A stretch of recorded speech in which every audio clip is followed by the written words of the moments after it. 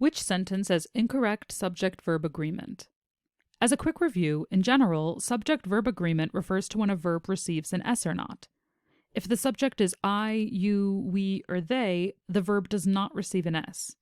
If the subject is he, she, or it, the verb does receive an S. So we have she eats, but they eat.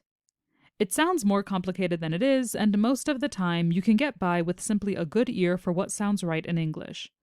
With this in mind, let's take a quick look at the subjects and verbs in our choices. A. Sentence 5. Stern's work revolve around how having secure relationships contributes to pro-social behavior, or behavior driven by the intent to benefit others. Our subject here is Stern's work, or more simply work, which we can simplify as it.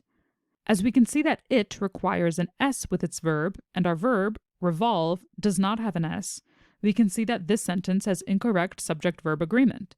It should be Stern's work revolves. This is likely our final answer, but we can take a look at our other choices just to be sure.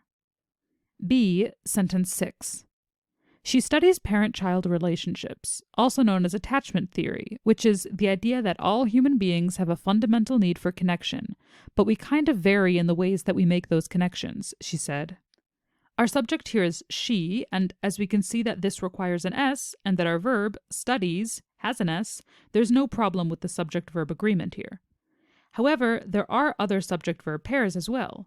Human beings, or they, which doesn't get an S, is paired with have, no S, and we, which doesn't get an S, is paired with very and make, both with no S.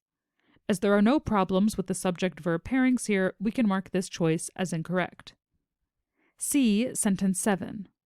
Those differences in the quality of our relationships kind of shape who we become over time.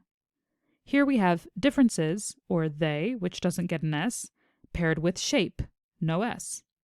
As there are no problems here, we can mark this choice as incorrect. And D. Sentence 8. Teens who are more empathic show lower levels of aggression and prejudice and are less likely to bully, Stern added, and this is why understanding how relationships shape empathy is important. Teens, or they, which doesn't need an S, is paired with are, as opposed to is, which is correct here. Based on this, we can mark this choice as incorrect and mark our original answer, choice A, as our final answer.